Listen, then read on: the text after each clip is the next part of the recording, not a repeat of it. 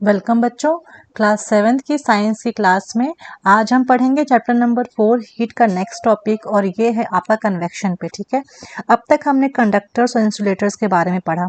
अब हम कन्वेक्शन क्या होता है इसके बारे में पढ़ेंगे। ठीक है, कन्वेक्शन के बारे में पढ़ने से पहले हम यहाँ पे एक आपके बुक में एक्टिविटी दी गई है ना, उसको देखते हैं, उससे आपको हेल्प मिलेगी। ठीक है, इस एक्टिविटी में कहा गया है कि एक राउंड बॉटम फ्लास्क लीजिए। ठीक है, अगर आपको राउंड बॉटम फ्लास्क नहीं मिल रहा है तो आप बीकर भी ले सकते हैं। इसका मतलब होता है जिसका जो नीचे का तला होता है वो गोल हो, जैसा कि आपके इस पिक्चर में दिखाया जा रहा है। ठीक है, ऐसा ही गोल तला आपको लेना है। इसके बाद इसमें जो है आप 2/3 तक वाटर पानी डाल दीजिए और फिर इसको आप एक स्टैंड पर रख दीजिए, ताकि ऐसे स्टैंड पे जहाँ पर जो है आप अगर इसके नीचे कैंडल या कोई भी गर्म करने का सोर्स रखें तो वो आराम से इसके नीचे आ जाए। ठीक है, इसके बाद जो है आप इसके नीचे जो है ध्यान से कैंडल या कोई भी बर्नर रख सकते हैं। फिर जब वाटर एकदम शांत हो जाए, स्टिल हो जाए, उसके बाद एकदम आराम से आप इसमें पोटेशियम पर मैग्नेट का क्रिस्टल डालिए जो कि पर्पल कलर का होता है। ठीक है, एकदम बीचों बीच डाल दीजिए। जब आप इसे डाल देंगे उसके बाद जो है आप कैंडल ऑन कर दीजिए, बर्नर ऑन कर दीजिए और जब पानी गर्म होना स्टार्ट हो जाएगा तब आप क्या ऑब्जर्व करते हैं कि जब आपका पानी गर्म होना स्टार्ट होता है तो जो गर्म पानी है, ठीक है, वो ऊपर की तरफ उठता है और जो ठंडा पानी ऊपर है वो साइड से होते हुए नीचे आता है। ठीक है, गर्म होने के लिए। ठीक है, ये प्रक्रिया चलती रहती है जब तक कि पूरा पानी आपका गर्म नहीं हो जाता है। ठीक है, तो यहाँ पर आप देख रहे हैं कि जो पानी है, ठीक है, वो गर्म होकर के जो फ्लेम के पास पानी है नीचे, ठीक है, आग के पास, वो जल्दी गर्म होगा और वो गर्म होकर के ऊपर उठता है। ठीक है, और ये ऊपर राइज होता है और जो कोल्ड वाटर है वो ऊपर का वो साइड से फिर नीचे मूव करता है, कहाँ पे, फ्लेम के पास। ठीक है, तो इस तरह से हम देखते हैं कि जो हॉट वाटर है वो ऊपर मूव करता है और जो कोल्ड वाटर है वो साइड से नीचे की तरफ मूव करता है। और ये प्रोसेस तब तक कंटिन्यू रहता है जब तक कि हमारा वाटर पूरा का पूरा हीट ना हो जाए।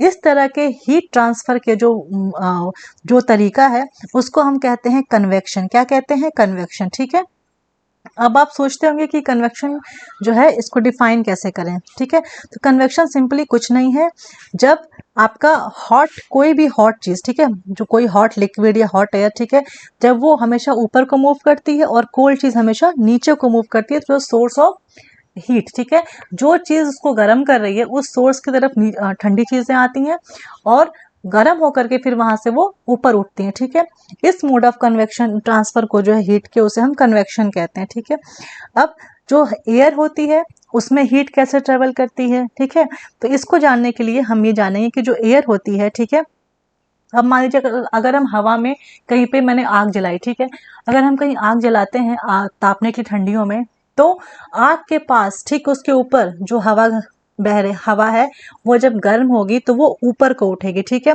वो ऊपर को उठेगी और फिर साइड से ठंडी हवाएं उसकी जगह लेने के लिए वहां पर आ जाएंगी। इस तरह से धीरे धीरे वहां पे सराउंडिंग की हवा जो है वो पूरी पूरी गर्म हो जाएगी। ठीक है, इसको समझने के लिए आप एक कैंडल लीजिए, उसको लाइट जला दीजिए और अपना एक हाथ कैंडल के ऊपर और दूसरा हाथ कैंडल के साइड में रखिए, जैसा कि इस पिक्चर में दिखाया गया। ठीक है, तो आप क्या देखेंगे कि जो आप हाथ आपने कैंडल के ऊपर रखा है ना, वो आपको गर्म फील होगा। क्यों? और जो हाथ आपने साइड में रखा है ना कैंडल के, वो आपको उतना गर्म नहीं फील होगा। ऐसा क्यों? क्योंकि कैंडल के जो फ्लेम है ना उसके ठीक ऊपर जो हवाएं हैं वो बहुत जल्दी गर्म होती हैं और वो ऊपर को उठती हैं, और जो ठंडी हवाएं हैं वो साइड से नीचे को आती हैं इस गर्म हवा को जो चली गई है ऊपर उसकी जगह लेने के लिए। ठीक है, इसीलिए आपको ऊपर आपका ये जो हाथ है वो आपको बहुत जल्दी गर्म फील होगा, आपको जलेगा, लेकिन साइड में जो आपके हाथ हैं वो आपको बिल्कुल भी गर्म नहीं लगेंगे। ठीक है, तो यही है आपका कन्वेक्शन, इसे कहते हैं the air is heated by convection. ठीक है, तो हमेशा the hand above the flame feels hot and the hand in the sides is doesn't feel that much hot. ठीक है, बिकॉज ऑफ कन्वेक्शन। ओके, यही फेनोमेना आपका जो है कोस्टल एरियाज में, कोस्टल एरियाज मतलब जो तटीय क्षेत्र हैं, ठीक है, जो समुद्र के किनारे बसे हुए हैं, वहां पर चलता है। ठीक है, वहां पे क्या होता है दिन में, जैसा कि आप इस पिक्चर में देख रहे हैं, ठीक है, दिन में क्या होता है कि जो लैंड है ना, लैंड ये पानी की कंपैरिजन में जल्दी गर्म होता है दिन में, ठीक है। जब ये जल्दी गर्म हो जाता है तो यहाँ पर जो गर्म हवाएं हैं जो नीचे बह रही हैं, अब लैंड गर्म हो गया तो इससे टच होकर जो भी हवा बहेगी वो गर्म बहेगी, वो ऊपर को उठती है, ठीक है। जब वो ऊपर को उठती है तो जो सी से जो ब्रीज आती है ना, जो ठंडी से जो उस ऊपर को उठती है, तो फिर जो ठंडी हवाएं हैं वो ऊपर से फिर नीचे को आती हैं इस गर्म हवा की जगह लेने के लिए, ठीक है। ऐसा करने के लिए फिर उसके बाद जो ऊपर की हवा खाली, जो ऊपर की जगह खाली बचती है, तो ये गर्म हवा फिर वापस जो है वो सी में जाती है, ठीक है, उस प्लेस को भरने के लिए। ये साइकिल चलती रहती है, ठीक है। तो जो जब हमारा लैंड जो है, एक सेकेंड, यहाँ देखिए यही फिगर यहाँ पे है। जब हमारा लैंड गर्म हुआ तो ये हवा गर्म होके ऊपर उठी। जब ये हवा गर्म होके ऊपर उठी तो जो सी है उससे ठंडी ठंडी ब्रीज जो है, हवा इस जगह पे आई इसकी खाली जगह को भरने के लिए, ठीक है। और फिर ये गर्म हवा जो है ये वापस सी के साइड में गई इस खाली जगह को भरने के लिए, ठीक है। तो एक साइकिल बन जाती है और चलता रहता है, इसे हम कहते हैं सी ब्रीज, ठीक है।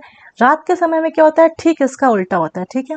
रात के समय में क्या होता है कि लैंड जल्दी ठंडा हो जाता है पर पानी को ठंडा होने में टाइम लगता है। इसलिए अब क्या होता है कि अब अब पानी गर्म है लैंड की अपेक्षा, तो अब क्या होता है कि यहाँ से जो गर्म हवा ऊपर उठती है, ठीक है, इसको इस जगह को फिलअप करने के लिए लैंड से ठंडी हवा जो है सी की तरफ चलती है, और फिर जो हॉट एयर ऊपर को उठी है ये हॉट एयर सी से फिर अब लैंड की तरफ जाती है इस कोल्ड ब्रीज की जगह को भरने के लिए, ठीक है।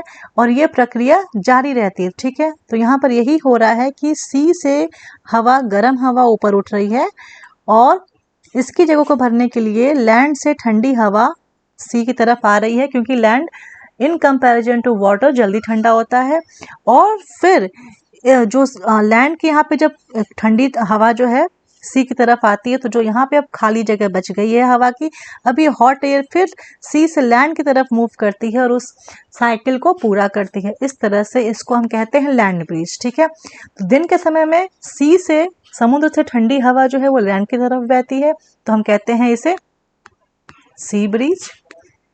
और रात में ठंडी हवा जो है वो लैंड से सी की तरफ जाती है, तो इसे कहते हैं हम लैंड ब्रिज, ठीक है। समझ में आ गया। तो इस तरह से ये एक तरीका है कन्वेक्शन का, जिसके थ्रू जो है हमारा जो एयर है वो हीट होती है, ठीक है। अब जो सन है उससे हमारे तक हीट कैसे पहुंचती है, हम तक ये हीट, अर्थ तक ये हीट सन की कैसे पहुंचती है, रेडिएशन से, सॉरी कन्वेक्शन से, कंडक्शन से, किससे।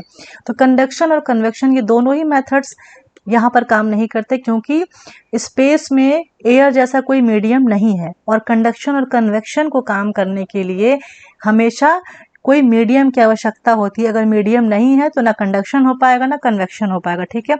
इसलिए ऐसे टाइम के लिए हमारा जो यहाँ पे यूज़ होता है टेक्निक, उसे हम कहते हैं रेडिएशन। क्या कहते हैं, रेडिएशन। तो सन से हीट अर्थ तक एक अलग प्रोसेस से आती है, उसे रेडिएशन कहते हैं। इस प्रोसेस में जो है किसी भी मीडियम की आवश्यकता नहीं होती है, ठीक है। ये प्रोसेस बिना किसी मीडियम के चल सकता है, ठीक है। जैसे हम देखते हैं जब हम किसी अपने रूम में रूम हीटर जलाकर बैठते हैं तो क्या होता है, कुछ देर बाद जो है पूरा रूम गर्म हो जाता है, ठीक है। समझ में आ गया। तो अब हम बच्चों नेक्स्ट टाइम पे पढ़ेंगे kinds of clothes we wear in summer and winter, और उसके बाद फिर ये हमारा एक्टिविटी करके हमारा ये चैप्टर खत्म हो जाएगा, ठीक है। Thank you.